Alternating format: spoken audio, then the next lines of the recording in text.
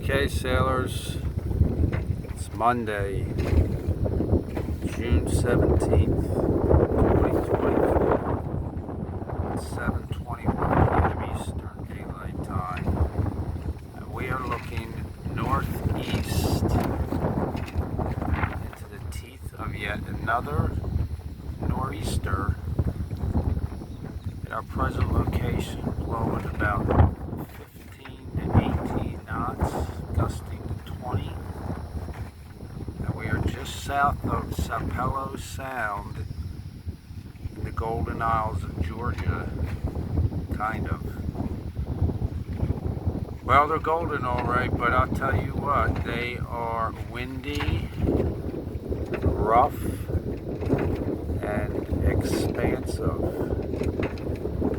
As you can see, there's literally nothing ahead of me for miles and miles and miles.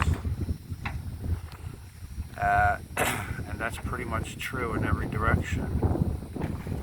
I'll span from the northeast gradually to east once again. This is where we were again last night, Father's Day evening.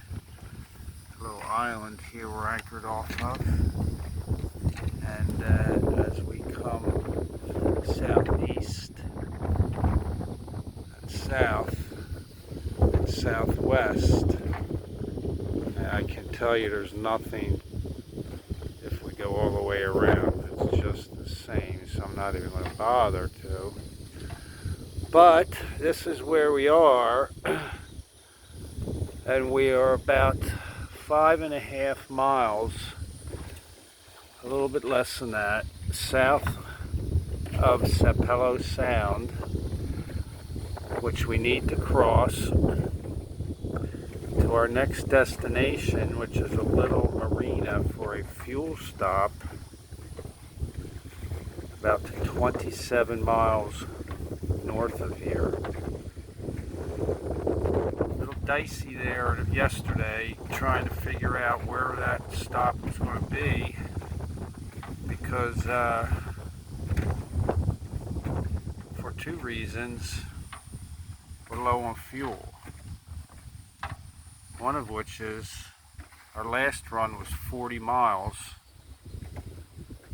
and the initial outset, I thought that our next run would have to be actually about 43. And my fuel capacity on board between in-tank and reserves is 14 gallons, which basically takes me about 60 miles, a little bit less than that. So, trying to push 83 miles on what normally would be 16 to 18 gallons of fuel, I just couldn't make it. So furiously, as I get in last night, frustrated, tired, hungry, all of the above, I decided to look for the next fuel stop as I normally do, but not finding it. I started to get a little concerned. My phone was out, no internet access, it's very intermittent here, and I just couldn't contact anybody, even on the VHF, which on board we only have the handheld, which is a limited range of less than 2 miles. And right now I can tell you I'm probably more than 10 miles from the nearest person. So if you don't know what you're doing, you're not ready to be self-sustaining for any length of time, as far as days go, then you probably shouldn't be doing something like this, because it makes it very difficult. The provisioning has to be pretty good, pretty tight as far as quantities of water, of course food, water especially, balancing out what body needs daily with what you can carry and weight. Water being about 8 pounds per gallon is a consideration that you have to undertake every time you put a gallon on board. Where it goes, weight distribution, etc. So this wind, back to this wind, it is blowing and blowing and blowing and blowing and blowing, and it just doesn't stop even in the evening. We'll see though, I think it should stop tonight. Last night, after anchoring up about 6:30, settled into a little bit of panic with planning out the next leg and where I was going to get fuel. So I was not quite ready to go to sleep at my usual time of about 10. And I was up at 10. And it's a good thing I was, because as I sat in the cabin, I started hearing a rumbling noise that I was a little bit familiar with, though I hadn't heard in a long time. And that was the sound of just about nothing else. Literally nothing else. But all of a sudden you start to hear a hum. A low hum.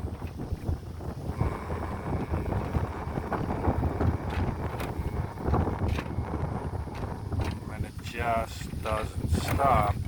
In fact, it gradually gets louder, and all of a sudden I realized that it was like as if I was at sea any untold amount of miles crossing a shipping lane and suddenly heard a ship's engines that I was way too close to.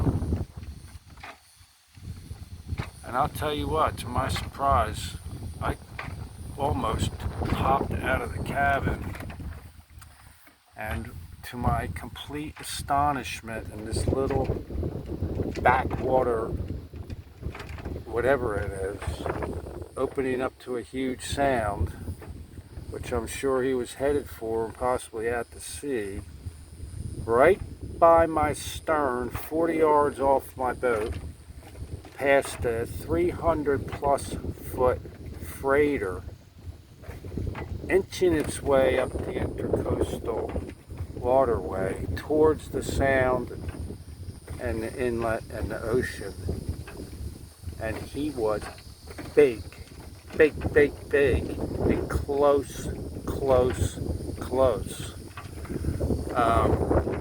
But it was pretty safe because we were both well aware of each other. We were communicating by light. I should have actually called him on the radio, but it was pretty good because he spotted me, then I spotted him back in return.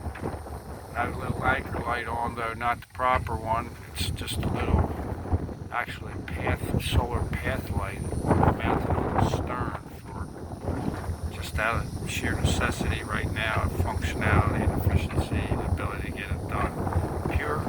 Purest and the right way to have your anchor light is at the top of your mast, of course. And of course, nothing's going to happen at the top of this mast, at least until we get to Cape May, I think.